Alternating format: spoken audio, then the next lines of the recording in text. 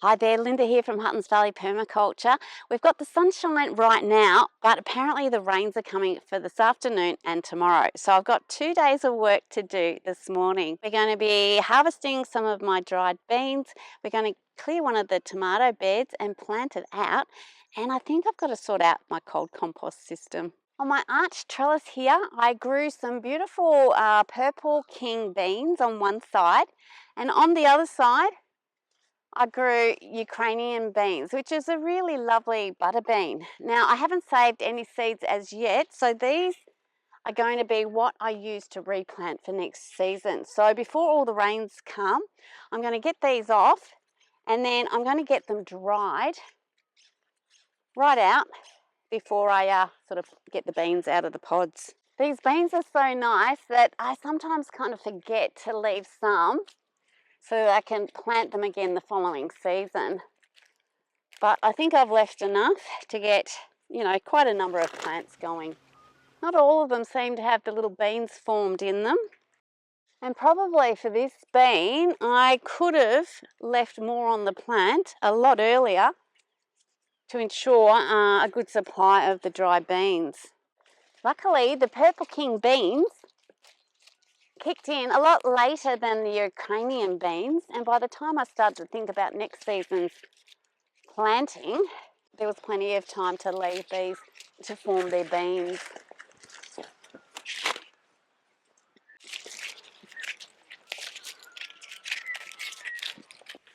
Okay, with all the beans from the arch trellis harvested, let's head off to the scarlet runner beans.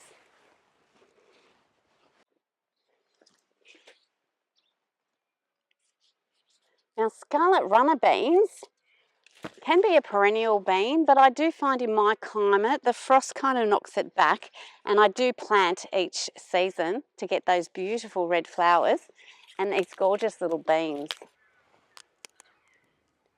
Now you can see there's a bit of mould forming on those beans, so they're not ones that I would keep. I'll just throw those on the ground. I might even just bury them and give them a chance to grow, but I don't want to be keeping those in storage. I just want to keep beans that are healthy looking and clean, and more like these ones. So I'll be getting all of these beans dried out as quickly as I can to help prevent any mildew issues.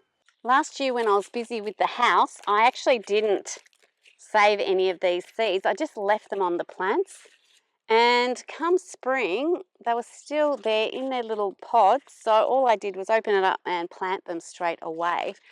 And I might leave some on the plant to do that with, but because I've got time this year, I will put some safely into storage.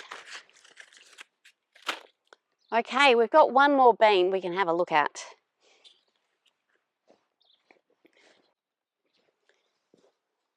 Now, just on this trellis here is where I normally grow my lazy housewife bean, which is a nice green bean, and it forms a little white bean, which I do use in cooking.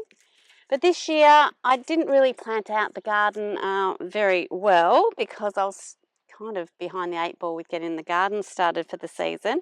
So there's only a few plants from which I can get these beans.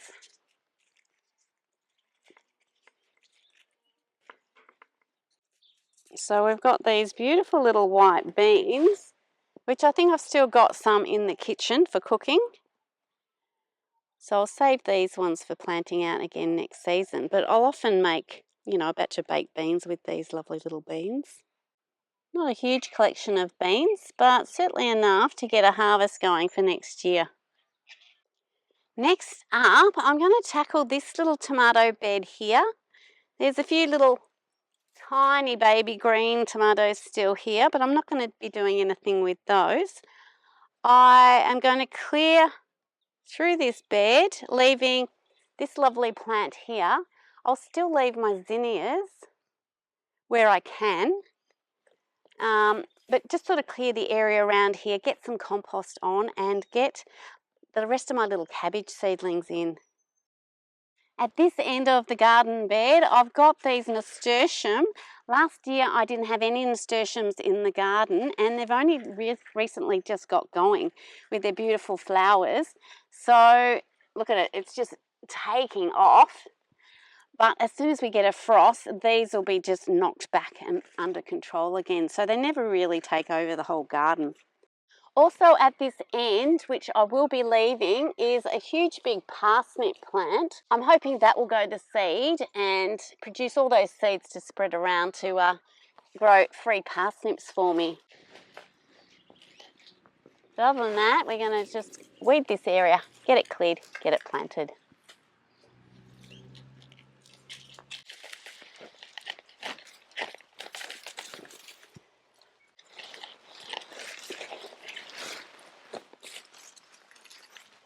Now I've got plenty of Swiss chard around the garden, so this one will go.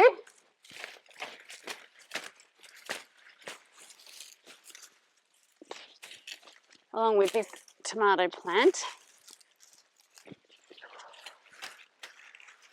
And that'll go to the chickens. Now I'm pretty pleased with this soil just at a glance. It's really kind of soft and friable. Lots of organic matter in there. But we're still going to, once I get my little seedlings planted, I will be putting some more compost just to keep building this soil. Well, you can see the life in there springing around. Little spiders. It's looking very good. Most of these weeds I'm just chopping off at the ground level and leaving those roots where they are.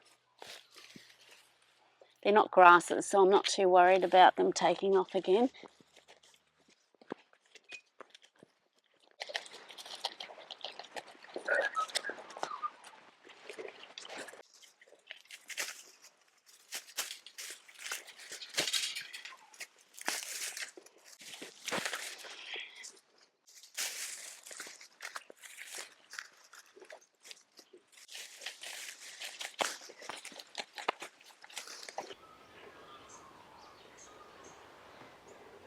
Now this lovely zinnia plant is in the garden bed next to this one, but falling over the path, so hopefully we can just push it back up and keep it in place, maybe with some of these other plants. I don't know how that'll go. There we go. Our little fennel plant's holding it in place, at least till the next winds come, but we'll be finished in the garden by then. And that just leaves this zinnia, which is looking pretty sad. I'm sure it's spread all of these seeds all around the garden for next season.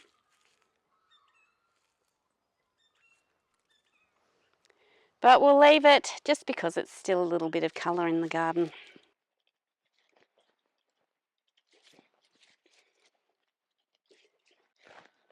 I'll just even out the soil here. This is where a little rat had buried through, but I think it's gone now.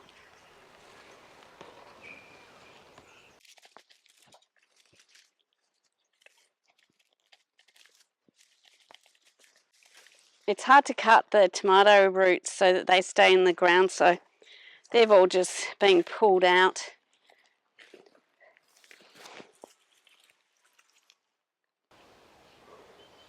Well, I've got this garden bed cleared enough now, and I'll get my little brassica plants in. It's basically just a continuation of my brassica bed that I've got down the end here. So I'll be planting what I've got kind of all around, and then I'll get the compost on.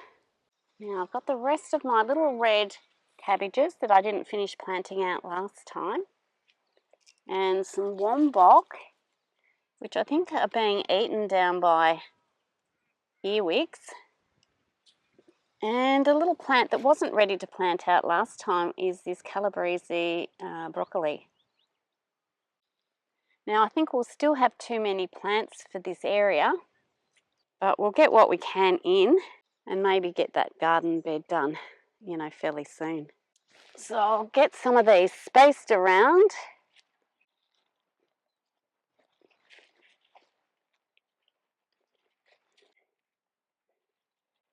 Oh, there's lots of worms in here. Okay, and we've got a few of these little plants, including weeds. So once again, some leftover plants. So we'll get another garden bed going for them soon. And we'll get these spaced out and planted.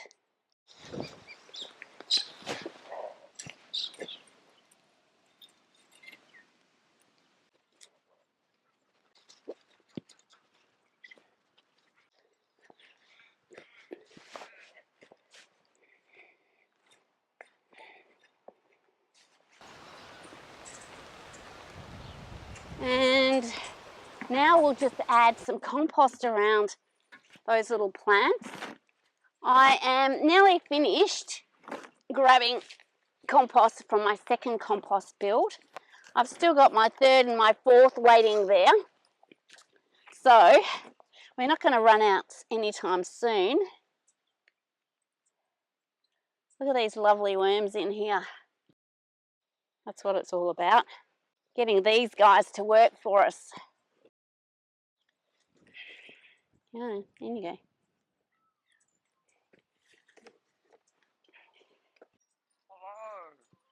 Hello.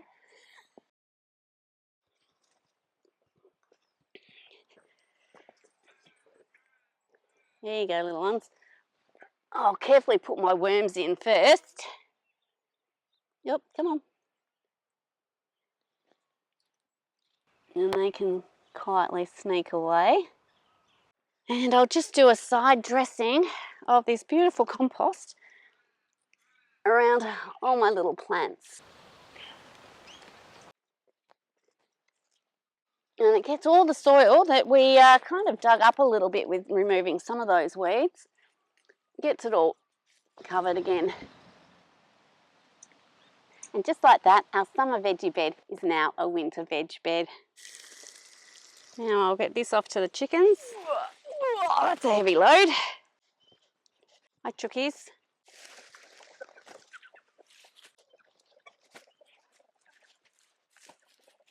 There you go. Go to town on it, everybody. Now, just dumping all the organic material in the chicken yard is a pretty easy way to get rid of it and get it recycling into a nice compost that you can use back in the garden.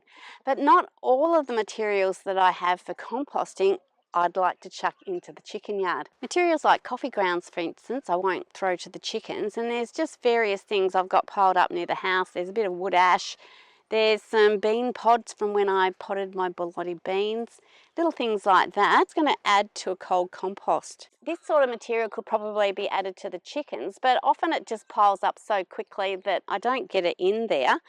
And that's where my cold compost piles comes into play. If I'm not ready to make a hot compost, I'll just, well, in the past when they weren't falling down, I would just pile that up in there, leave it for a year or two, and then get the gold that it sort of decomposes into.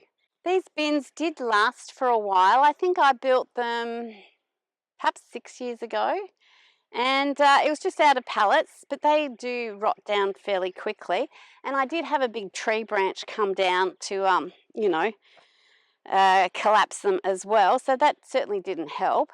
But what I'm hoping to do today is just get these two bins kind of rebuilt and ready to accept a bit more material. Oh, a lot of this sort of stuff can just be taken to the tip now. Get the plastic out of here. Now I'll clear out old bits of timber, which used to be the walls of this compost bay system. I'll get that out of there.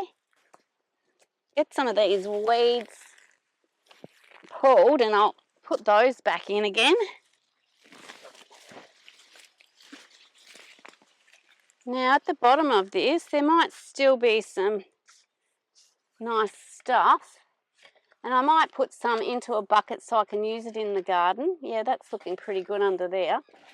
And I'll make the most of that before burying it under the next pile of organic material. That's all pretty clear now.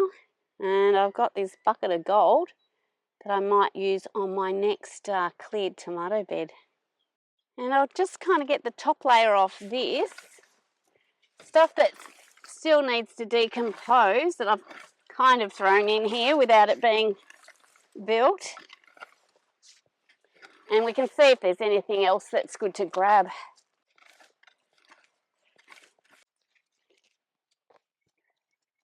And there's a bit of a layer that's pretty good here too, so I'll grab that before we kind of refill this area.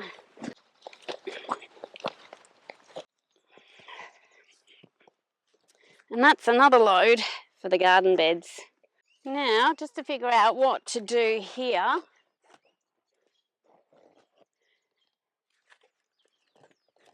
I reckon it's only kind of rotted down the bottom. Up the top, it's not too bad. So all I'm going to do is get that other big pallet from over there and kind of put it out this way and form my little compost bay. And that should last me another year or two. Might just scrape out a bit of this stuff so I can get it sitting kind of flat. Get all the debris out of here as well.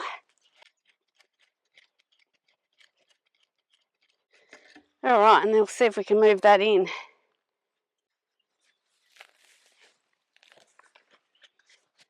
Oh, it is heavy, this thing.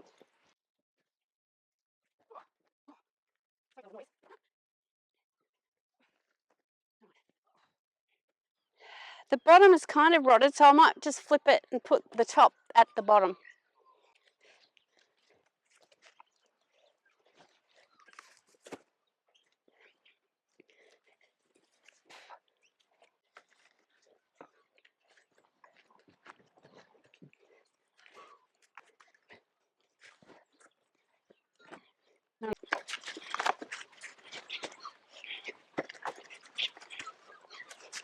I've just jammed that one against this big heavy one.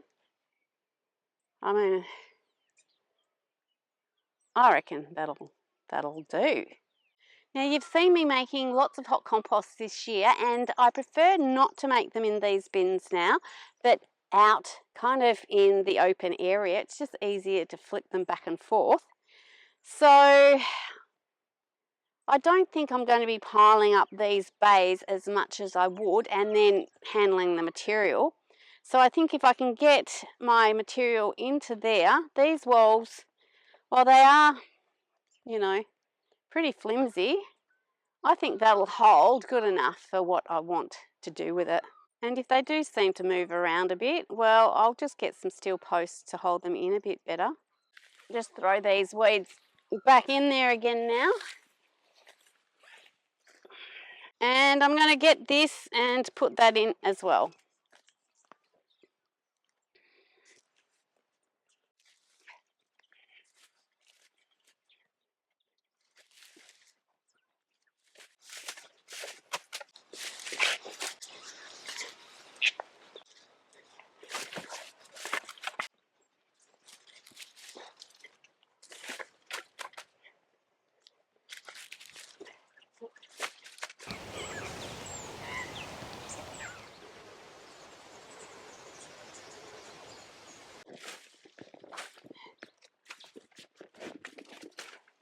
It's coffee grounds, the borlotti bean pods, and a bit of wood ash from the fireplace. I don't put that on too often. That ash is going everywhere. And I finally feel inspired to tidy up this garden waste.